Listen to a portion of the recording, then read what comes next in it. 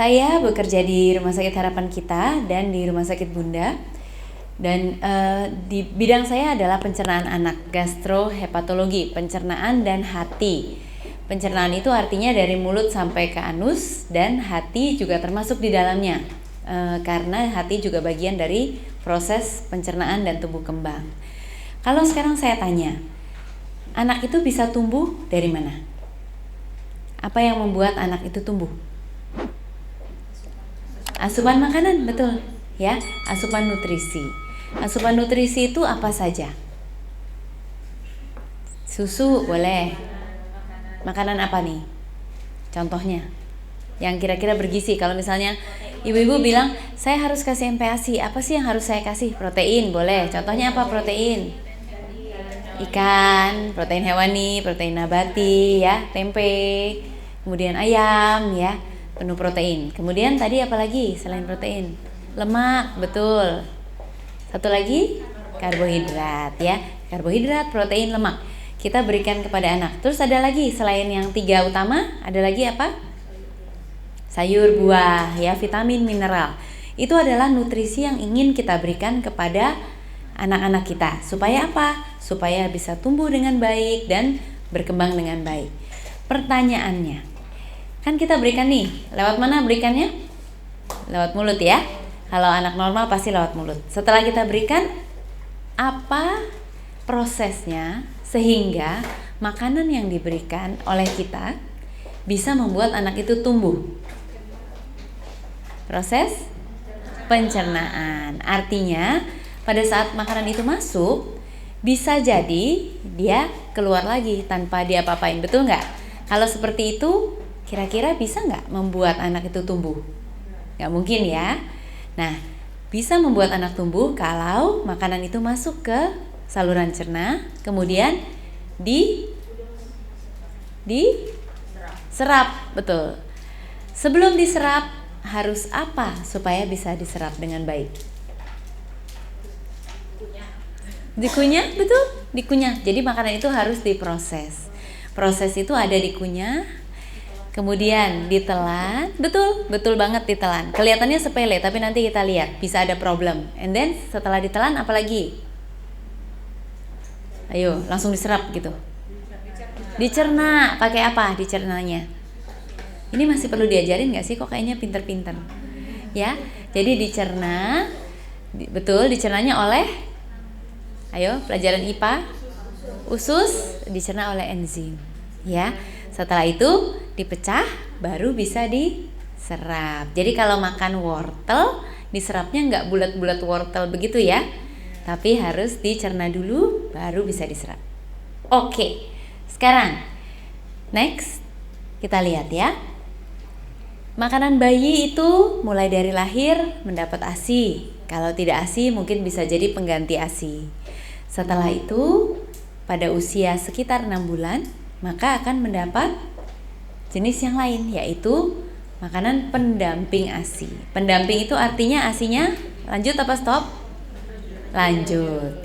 ASI ataupun pengganti ASI dilanjutkan, tapi ditambah makanan pendamping yang konsistensinya nanti akan dijelaskan Dr. Tiwi, harus disesuaikan dengan perkembangan bayi dan anak. Next.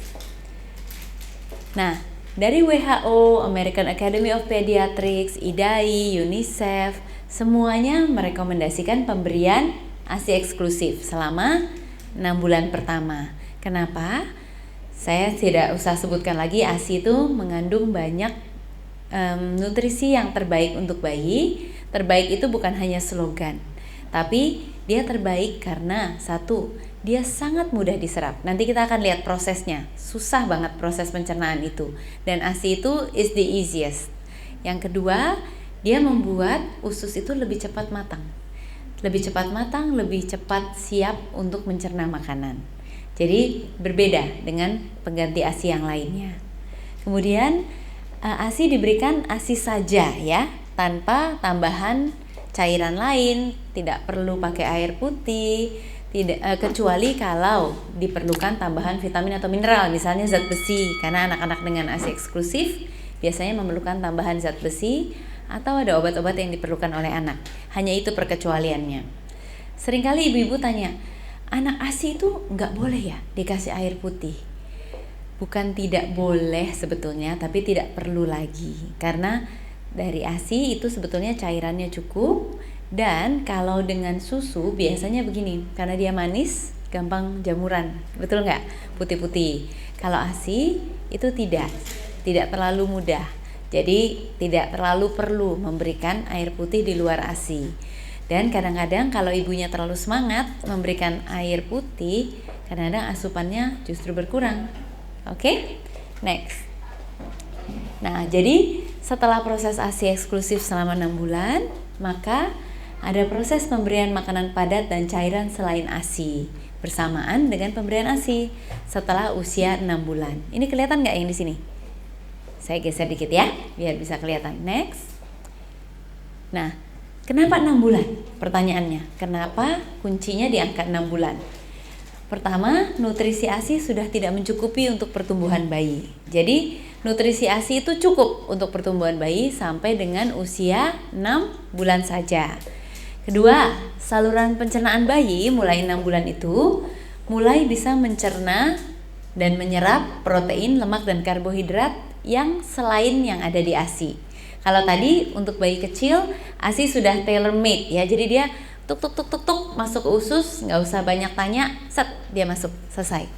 Tapi kalau buatan manusia itu seringkali butuh kemampuan ekstra, makanya sering ada masalah, misalnya kembung gitu ya, nggak jarang ya. Nah, kemudian ginjal bayi juga mulai bisa membuang produk sisa. Ada produk-produk sisa, misalnya kalau asupan proteinnya banyak, itu biasanya ada nitrogen dalam jumlah banyak. Jadi protein yang banyak itu lebih membebani ginjal. Kalau belum siap, belum bisa. Seperti itu contohnya. Otot dan syaraf juga mulai siap menerima variasi rasa dan warna makanan. Itu maksudnya reseptor-reseptor. Di lidah itu kan banyak pusat reseptor rasa ya. Itu sudah mulai bisa merasakan, siap menerima. Gerakan-gerakan oromotor juga nanti mungkin akan dijelaskan oleh Dr. Tiwi. Dan variasi makanan. Selain itu juga ada hubungannya dengan otot kepala, otot leher ya. Kalau bayi usia 2 bulan, 3 bulan lehernya begini, atau baru bisa tengkurap naik begini, bisa dikasih makan nggak? Belum siap ya. Oke, next. Nah, kalau ada kesalahan pada pemberian makanan ini, mungkin bukan kesalahan ya, tapi kalau pemberian makanan kita tidak tepat, maka akibatnya apa? Bisa ada gangguan kesehatan, misalnya kalau terlalu dini, asma, obesitas, dermatitis atopi, dan diare. Nanti kita akan bahas kenapa bisa begitu. Kemudian yang kedua, pasti pertumbuhannya tidak optimal, jadi stunting, dan perkembangannya tidak optimal, jadi ada keterlambatan. Gampangnya begini, usus tugasnya menyerap nutrisi yang kita berikan masuk ke dalam badan. Tapi ususnya belum siap, jadi makanannya bisa lewat doang, ya. Itu kita beruntung kalau makanannya lewat doang. Yang kedua, kalau makanannya lewat tapi bikin masalah, itu juga bisa. Jadi makanya kesiapan makan dari sisi pencernaan itu sangat penting. Next.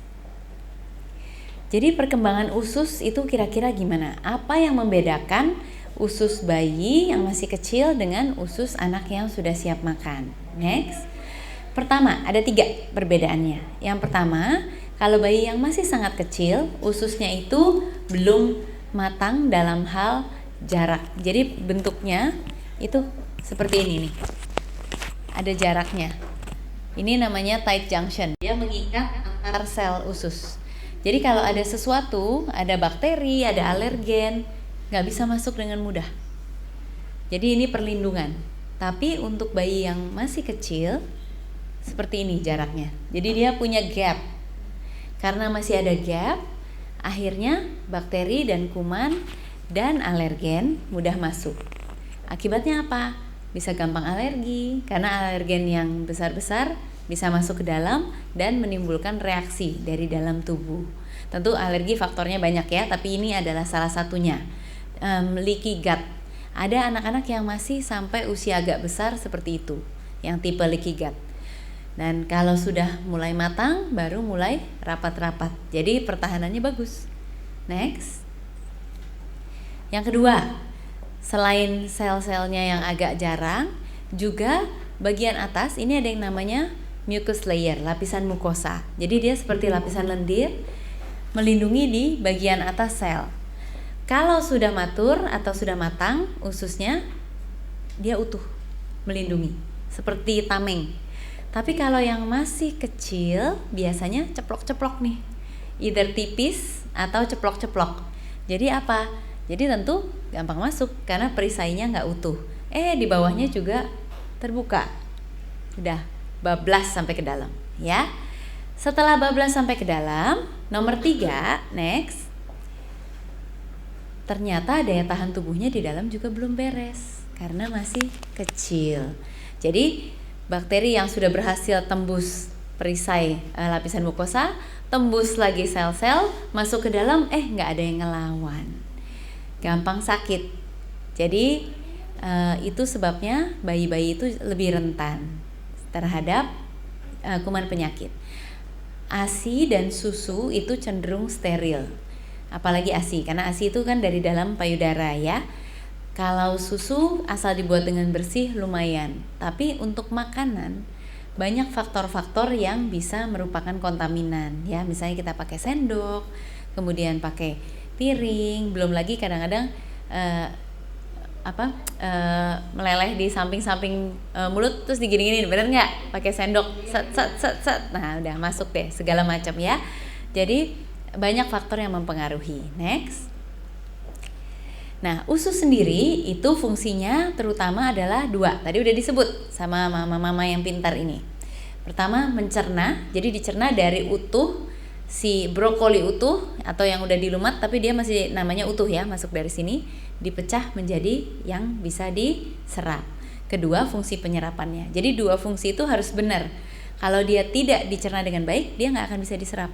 Lewat lagi atau bikin masalah, misalnya kembung dan diare. Kedua, dicerna dengan baik, diserapnya juga harus baik yang tadi. Jadi fungsi penyerapan juga harus benar. Tahu kalau usus itu punya fili-fili? Ya, ada jonjot-jonjot usus. Itu adalah untuk penyerapan. Pada saat diare, jonjot-jonjot usus itu kan luas ya, luas permukaannya luas. Bayangkan usus itu mungkin misalnya 3 meter pada anak, 3 meter lebih. Begitu, sepanjang 3 meter kecil sekali. Jadi pada saat misalnya ada masalah seperti diare, jonjot itu habis. Jadi dia rusak sementara. Akhirnya permukaan yang begitu jadi zeret seperti lurus ya. Jadi tidak terlalu ada jonjotnya. Artinya luas permukaan yang bisa menyerap itu kan sangat turun. Makanya anak menjadi diare, dan anak yang diare nggak gampang pulih. Masih diare melulu. Betul nggak? Karena butuh waktu untuk pulih kembali. Jadi kumannya sudah tidak ada, diarenya kadang masih ada. Nah, dan usus ini adalah selain karena faktor-faktor pertahanan yang tadi, ternyata sistem imun itu sebagian besar ada di usus. 60-70% dari pertahanan tubuh kita adanya di usus. Next. Dan usus itu adalah tempat tinggal 100 miliar bakteri. Jadi bakterinya ada bakteri baik yang namanya probiotik, udah sering dengar ya, Lactobacillus, Bifidus. Ada bakteri yang oportunistik, artinya dia hidup baik-baik, tapi kalau daya tahan tubuh lagi turun, dia bisa menyerang, bisa merugikan. Yang ketiga, bakteri yang patogen, yang benar-benar merugikan. Jadi maksudnya memang dia bukan bakteri baik. Kalau begitu bakteri baiknya lemah, langsung dia menyerang. Bakteri baik ini idealnya 80% dari seluruh bakteri yang ada di dalam usus. Kalau dia lagi turun, barulah kita kena penyakit yang macam-macam. Next. Nah, ini mungkin agak kecil ya, saya bantu. Jadi pada saat bayi lahir itu kondisi saluran cernanya seperti apa? Tadi pencernaannya belum matang. Akibatnya apa kalau pencernaannya belum matang? Bisa ada fungsi enzim yang belum sempurna. Kalau fungsi enzimnya belum sempurna, begitu diberikan makanan, intoleransi, artinya tidak bisa menerima. Contoh, diberikan susu formula jadi kembung, diberikan susu formula kemudian jadi merah-merah ya. Yang kedua,